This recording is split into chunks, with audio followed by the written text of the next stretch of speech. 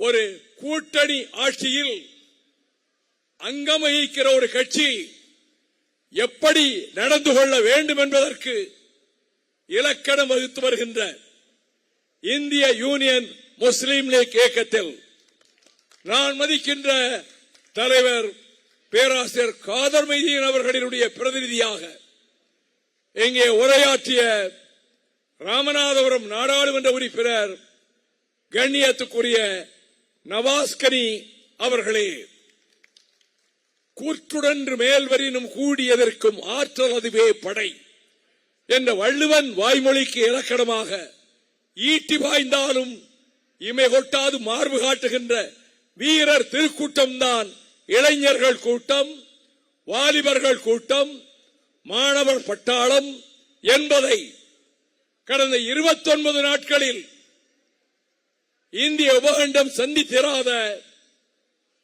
ஒரு மௌன புரட்சியாக, அடக்குமுறைக்கு அஞ்சாத அறிவாக்களின் கூட்டமாக நடத்தி காட்டிய புரட்சி வீரர்களாக நான் மதிக்கின்ற இந்திய உபகண்டம் பூராவிலும் பரவி இருக்கின்ற மாணவ செல்வங்களே, வாலிப சிங்கங்களே, ஐ சல்யூட் யூ.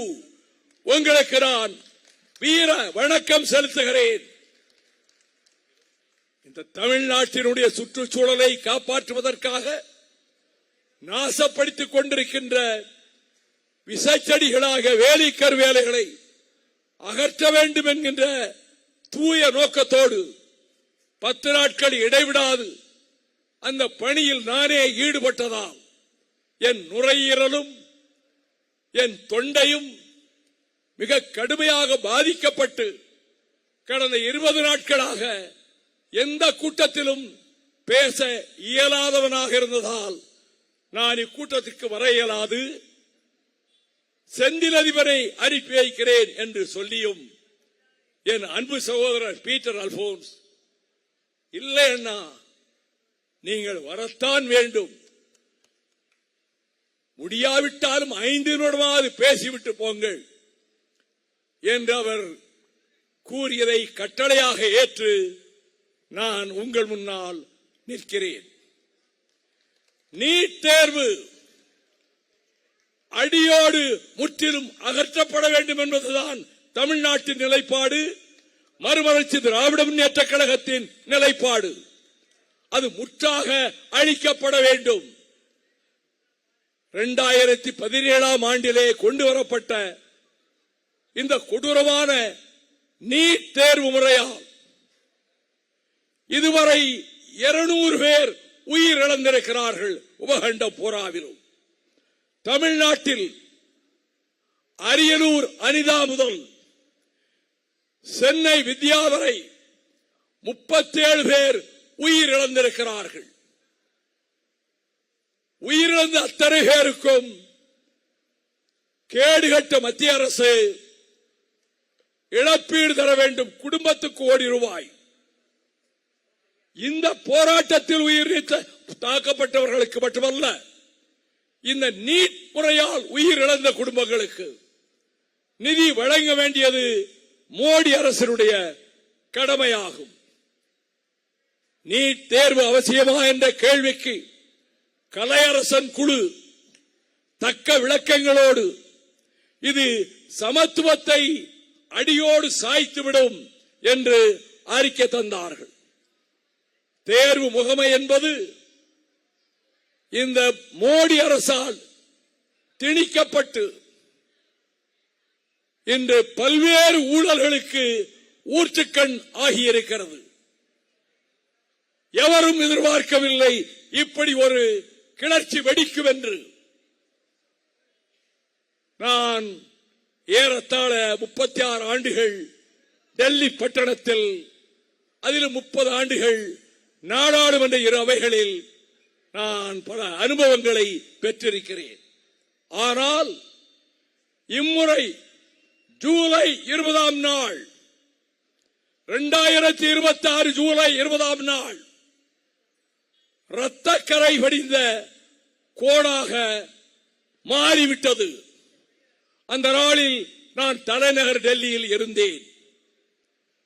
ஆகஸ்ட் 4ஆம் தேதி என் உரைகள் அடங்கிய நூல் வெளியிடப்படுவதால் அழைப்புதல் கொடுப்பதற்காக கான்ஸ்டிடியூஷன் கிளப்புக்கு என் உயிர் நண்பர் டாக்டர் ஃபரூக் அப்துல்லா மாநில சுயாட்சிக்காக ஒரு கூட்டம் நடத்துகிறேன், நீங்களும் வாருங்கள் என்று சொன்னதால் அந்த கூட்டத்திற்கு சென்றேன்.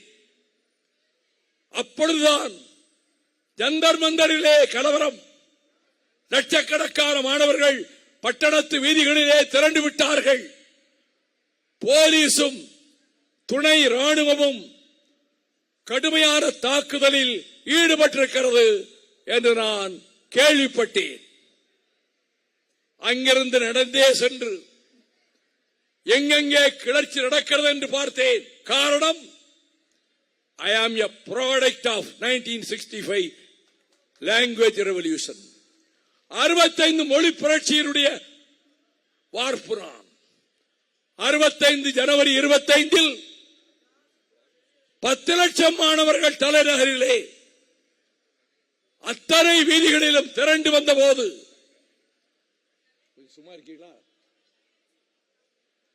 அடிவயிறு வலிக்க முழக்கமிட்டுக் கொண்டு வந்த மாணவர்களில் நானும் ஒருவன். மாணவர் இயக்கத்திலிருந்து நான் அரசியலுக்கு வந்தவன். நான் டெல்லியில் அதை கண்டேன். கண்ணீர் புகை வீசினார்கள். சாக் லத்தீஸ், மின்சாரம் பாய்ச்சப்பட்ட லத்தி கம்புகளால் அடித்தார்கள். அடிக்கின்ற வேளைகளில் அந்த அடிகளை வாங்கிக் கொண்டு மிக திறமசாலிகள் மாணவர்கள் எப்படி போராட வேண்டும் என்பதை எப்படித்தான் கற்றார்களோ தெரியவில்லை. பின்வாங்குவது போல் பின்வாங்குவது, come back and then strike, பின்வாங்குவது போல் பின்வாங்குவது, சரி போய்விட்டார்கள் முன்னேறி தாக்குவது. இந்த பயிற்சி இவர்களுக்கு எப்படி கிடைத்தது? நான் திடுக்கிட்டு போனேன். அங்கிருந்து மார்க்சிஸ்ட் கம்யூனிஸ்ட் கட்சியின் அகில இந்திய பொதுச் செயலாளர் தோழர் பேபி அவர்களை தொடர்பு கொண்டு உங்களை சந்திக்க வேண்டும் என்று சொன்னேன்.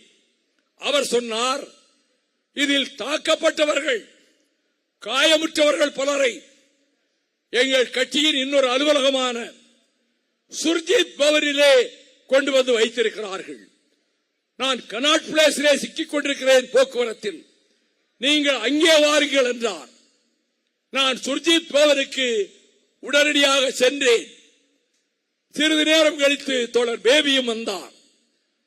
காயப்பட்டு அடிபட்டிருக்கக்கூடிய அந்த மாணவர்களுக்கு, SFI மாணவர்களுக்கு நான் போய் அவர்களுக்கு அருகில் இருந்து காயப்பட்டவர்களின் தோளை தட்டி கொடுத்து, சபாஸ், சரியாக போராடி இருக்கிறீர்கள், உங்களுக்கு நான் தலைவணங்கி மரியாதை செலுத்துகிறேன், கண்டினியூ யுவர் ஸ்ட்ரகிள்,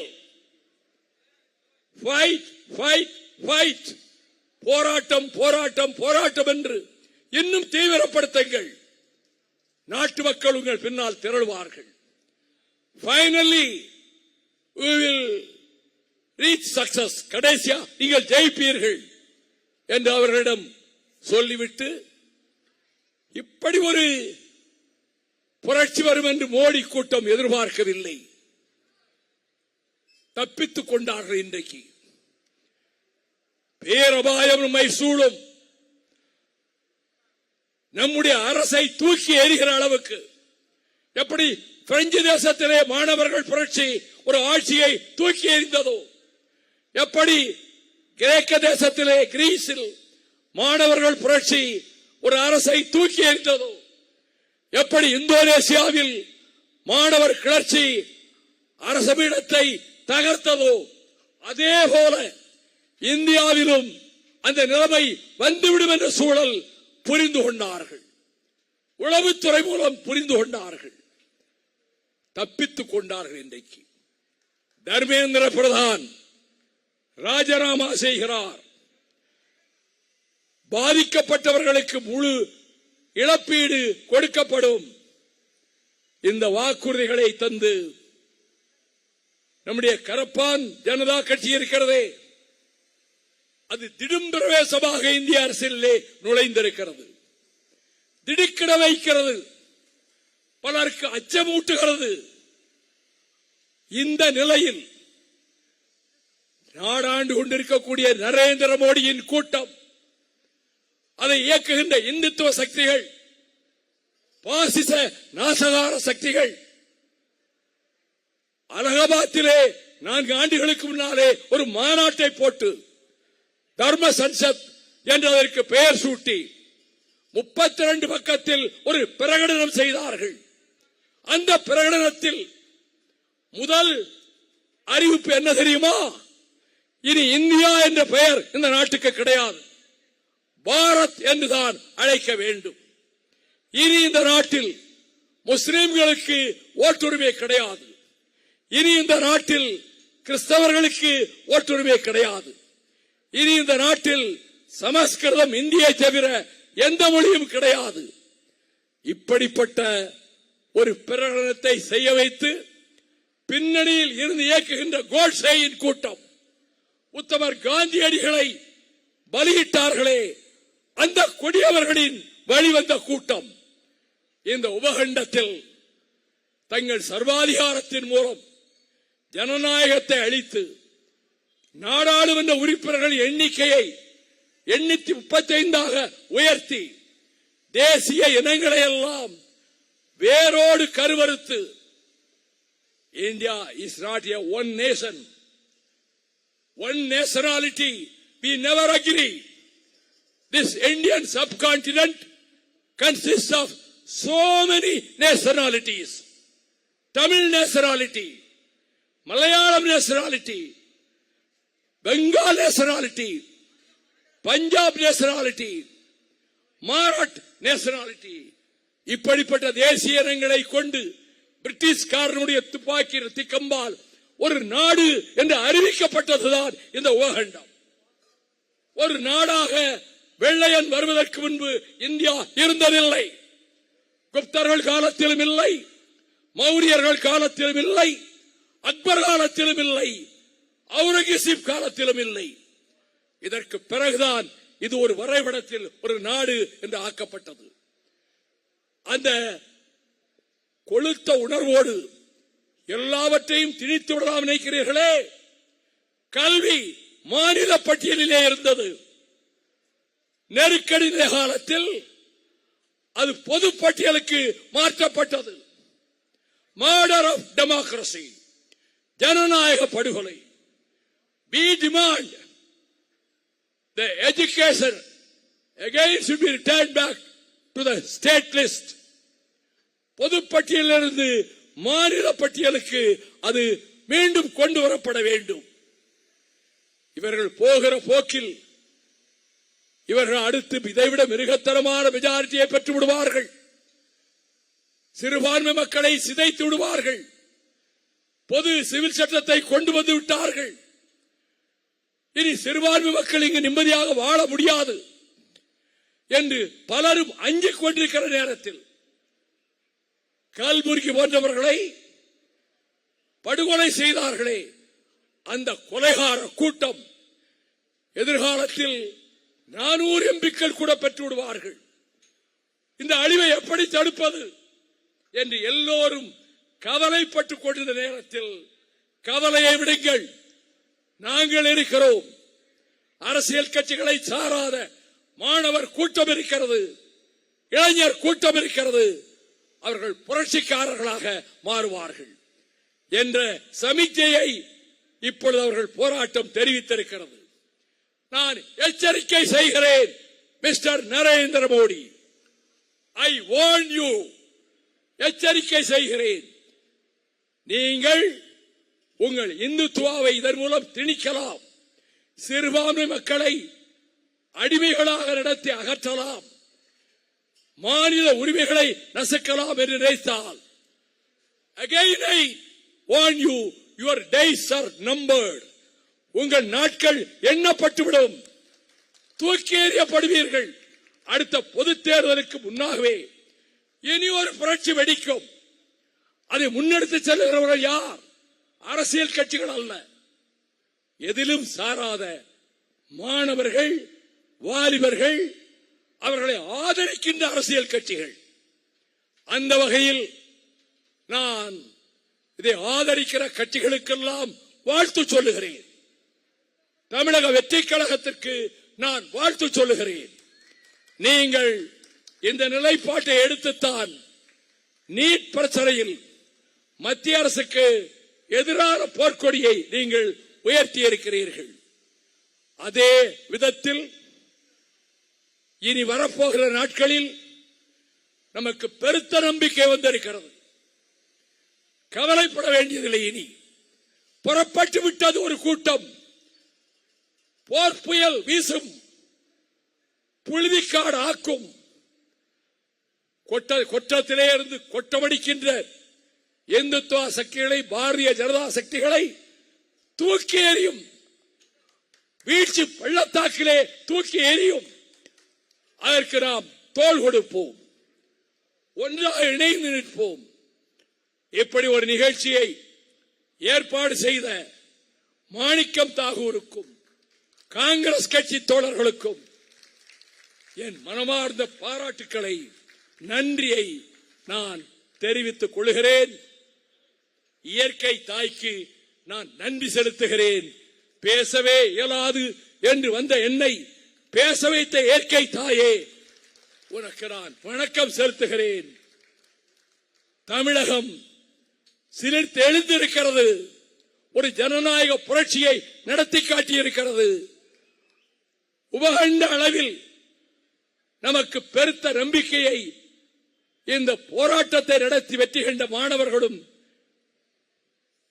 அந்த கரப்பான் கட்சி கூட்டமும் வாலிபர்களும் நம்பிக்கை ஊட்டியிருக்கிறார்கள். அவர்களுக்கு நெஞ்சார்ந்த பாராட்டுக்களை, வாழ்த்துக்களை தெரிவித்துக் கொள்கிறேன். காயப்பட்டவர்களில் ஒருவர் மிகவும் மோசமான பெல்லட்கள் பாய்ந்து, அவர் ஷேக் இர்ஷாத், ஹரியானா மாநிலத்தைச் சேர்ந்தவர். அவர் உடம்பிலே 20 பெல்லட் குண்டுகள் பாய்ந்திருக்கின்றன.